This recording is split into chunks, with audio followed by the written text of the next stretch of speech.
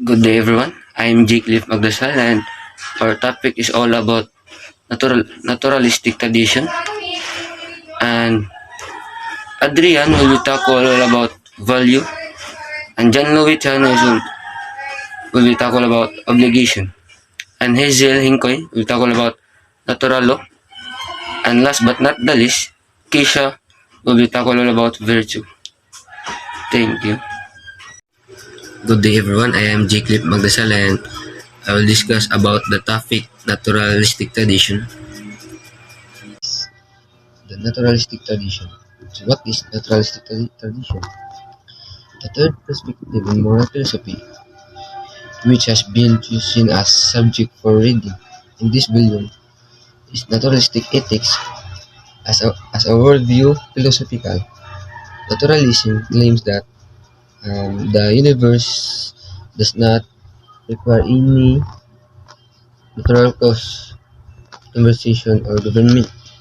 Further, naturalism declares that the world is self-existent and capable of its own directions.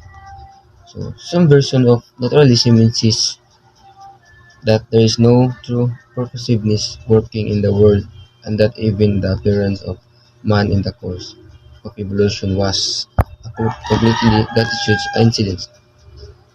The natural also seeks to explain all mental and spiritual life as a ordinary operations. Some Sanskrit's naturalistic ethics is the moral theory that considers ethics to be essentially an empirical science of human precisely that the naturalistic moralist seeks to be base his claims on relevant findings of the behavioral science like uh, sociology, anthropology, and psychology, and the natural sciences is biology, chemistry, and physics. So, the overview of this topic. Uh, Naturalism in philosophy, a theory that relates scientific method to philosophy by affirming that all beings and events in the universe, whatever their character may be, are natural.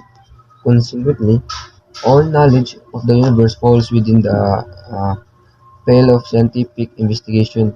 Although um, naturalism denies the existence of truly supernatural realities, it makes allowance for the supernatural provided that knowledge of it can be indirectly, that is, that the natural objects be influenced by so the called supernatural entities in the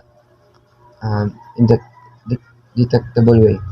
Naturalism presumes that nature is in principle completely knowable.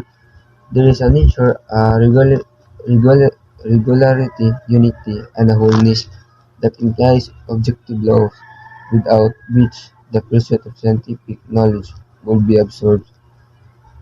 Man's endless search for concrete proof of his belief is seen as a confirmation of naturalistic mythology. Naturalists is point out that even one scientific theory is abandoned in favor of another, man does not despair of knowing nature. So, nor does he repudiate that natural method in his search for truth. Theories change, mythology does not. So that's all and thank you. The next reporter is Mabi Adrian. So good day everyone. I'm Adrian Ismabe. I'm going to discuss about value. In the belief that John Dewey's theory of value is not only the hub of his philosophy but that is also constitutes the chief contribution of pragmatism to current philosophy. I wish in this paper to show what Dewey's theory of value is, to indicate its relations and significance and to adduce corroborations of the theory from certain unexpected quarters. No one can hope to understand Dewey's theory of value who does not grasp rather fully the meaning that he attaches to the term experience, such as intellectualistic penumbra hangs over the word that some readers never understand that Dewey means other than what they would mean if they use the word in similar connections. That he does mean something different and something more. He has emphasized most vigorously in the introduction to his essay in experimental logic. Upon this point, Dewey explains our words divide into terms and into names, which are not, strictly speaking, terms at all, but which serves to remind us of the vast and vague continuum, select portions of which only are designated by words as terms. To value means primarily to price, to stem, but secondarily it means to appraise, to estimate. It means that is the act of cherishing something, holding it dear, and also the act of passing judgment upon the nature and amount of its value as compared with something else. To value in the letter sense is to evaluate or evaluate. The distinction coincides with that sometimes made between intrinsic and instrumental values. Intrinsic values are not objects of judgment. They cannot as intrinsic be compared or regarded as greater and less, better or worse. They are inviolable, and if a thing is inviolable, it is neither more nor less so than any other valuable, but occasions present themselves when it is necessary to choose. When must let one thing go in under another, this establish an order or preference, greater and less, better and worse. The fact that one is always during waking hours thinking leads to easily to the conclusion that all our experience are more or less true experience. True of course that all our experience while they are being thought about, but the question really is, are all our experience all the time being thought about? It seems clear to me that they are not, even to the degree that Lewis thinks probable. Thinking is never of thing is general, never overhope. To the contrary, thinking is always quite entirely specific, as Dewey has repeatedly emphasized. For in the field of value, it means that he proclaims what could be hardly less seriously than moral solipsism to both the idealist and the realist, who feel that they must have the objectivity of moral judgments before their judgments can command respect. Dewey seems, if not himself corrupt, at least a corrupter of youthful America 15. How then does Dewey escape the surely or charge of denying the objectivity of value? His case by pleading change of venue, by denying the jurisdiction of the court. I can but think, says he, that much of the recent discussion of the objectivity of value and value judgments rest upon psychological theory. It rests upon giving certain terms meaning that flow from the introspective psychology, which accepts a real purely private state of conclusions. To refer value to choice is necessary, for example, is that the case to say that value is subjectively conditioned? Quite otherwise if we have really clear from such a psychology. Thank you for listening to my discussion about value. So the next reporter is John Louis Tijano. Thank you, Adrian Ismabe, and good morning, sir. I am John Louis Tijano. Our group report is Naturalistic Tradition, and my assigned report is Obligation. Obligation by Immanuel Kant. Immanuel Kant argued that we do an obligation to at least sometimes help other people. But he famously argued that this duty was imperfect. This means that we often have a lot of choices about how to help others. However, Kant also argued that we must always treat humanity as an end in ourselves. Kant said all humans must be seen as inherently worthy of respect and dignity. He argued that all morality must stem from such duties, a duty based on a deontological ethic. Kant calls this general type of obligation an categorical imperative. That is, the action is imperative because it falls within a certain category. In Kant's Moral Philosophy, first published on February 23, 2004, substantive revision on July 7, 2006, Immanuel Kant argued that the supreme principle of morality is a standard of rationality that he dubbed the categorical imperative, or CI. Kant characterized the CI as an objective, rationally necessary and unconditional principle that we must always follow despite any natural desires or inclinations we may have to contrary. All specific moral requirements, according to Kant, are justified by this principle, which means that all immoral actions are irrational because they violate the CA. Other philosophers, as Hobbes, Locke, and Aquinas, had also argued that moral requirements are based on standard of rationality. Kant answers that we do our moral duty when our motive determines by a principle recognized by reason rather than the desire for any expected consequence or emotional feeling, which may cause us to act way we do.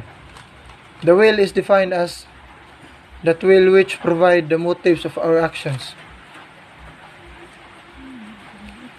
Our sample of obligation. For example, for a student to turn in his homework on the time of So, good morning, Sir Sean. Javier Alcalita. I am Hazel Hencoy. I'm going to discuss the natural law. So, introduction. What is natural law? Antithetical from governance enactments, natural law is particularly focused upon universal perspectives, whereas applies to everyone.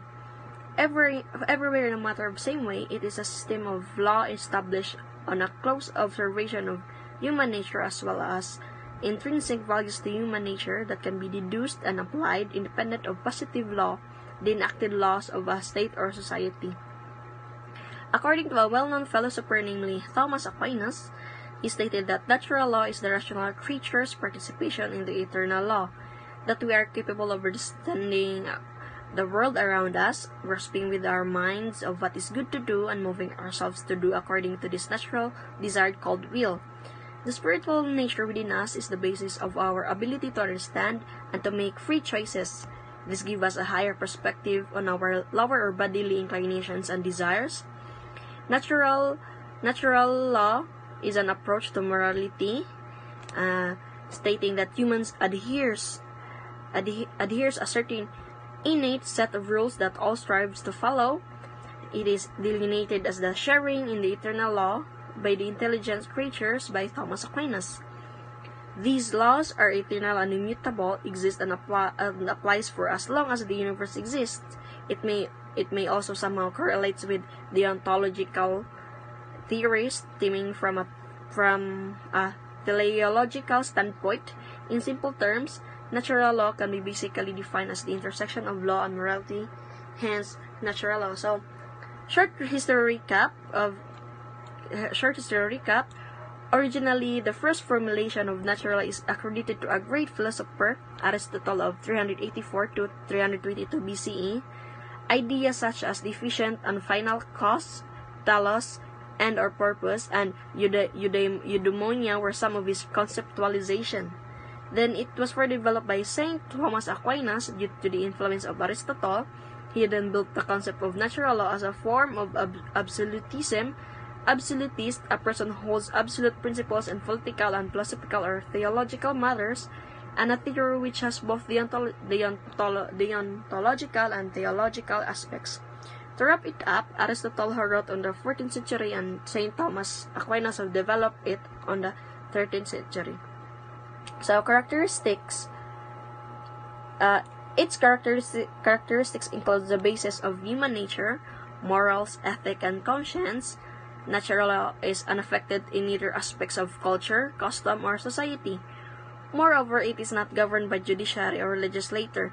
It is common to all regardless of irrespective of race, gender, and socioeconomic status. It is a composition of the structure of reality. Natural law consists of three major essential characteristics.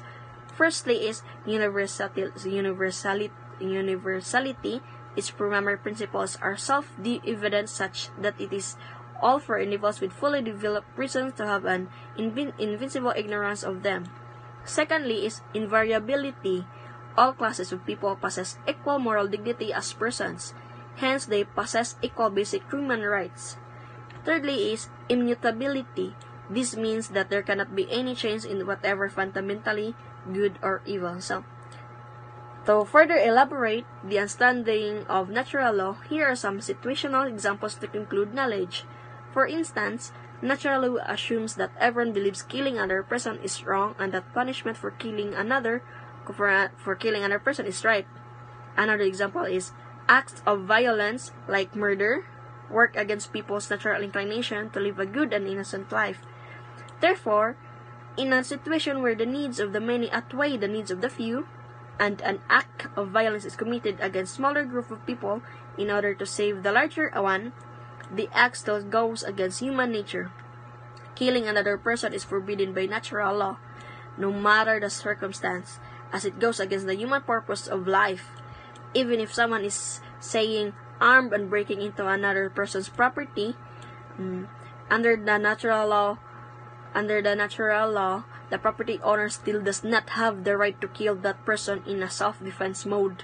It is in this way the natural law differs from actual law, introducing the Thomas tradition, examples of human inclinations towards obeying the natural law, the natural inclination to self-preservation, the natural inclination to reproduce and care for and teach our offspring, and the natural inclination to act according to reason. So I'm just gonna follow up the resources of my report. So thank you for listening.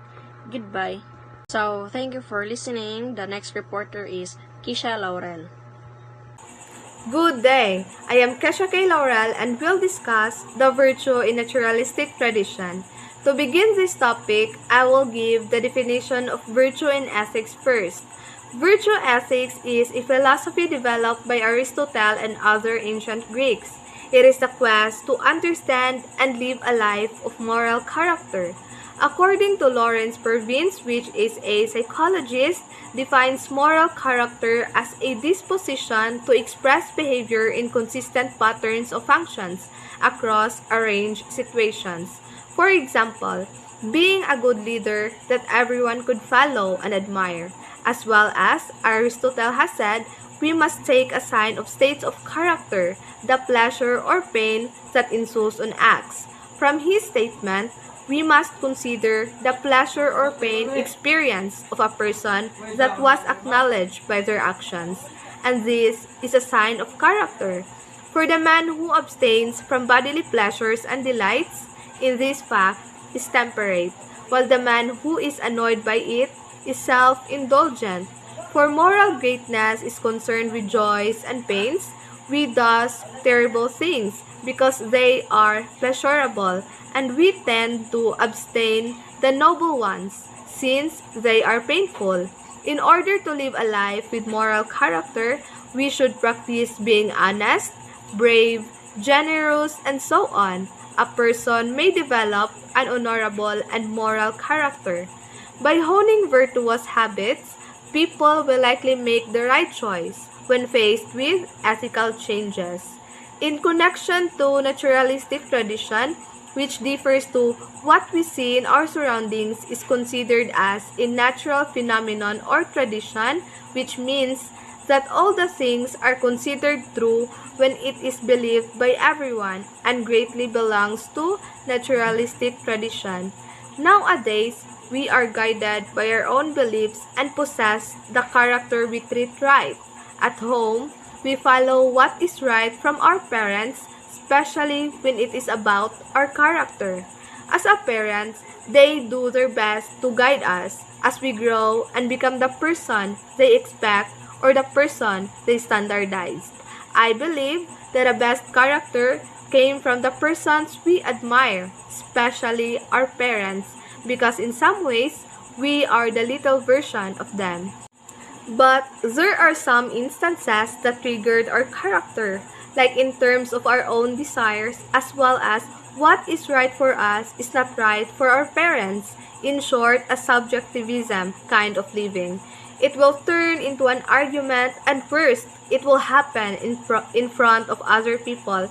Since mocking our parents are not right, those persons who saw your actions may judge you, since it is universally believed that it is not right to mock our parents. So, this is an example of naturalistic tradition. In our community, this could be related to our government, especially about crimes. The best example is the illustration of an ethicist, Mark White and Robert Arp. They refer to the film The Dark Knight, where Batman has the opportunity to kill the Joker. They refer to the 3K moral philosophies. From utilitarians, White and Arp suggest they would endorse killing the Joker by taking his one life. Then Batman could save multitudes.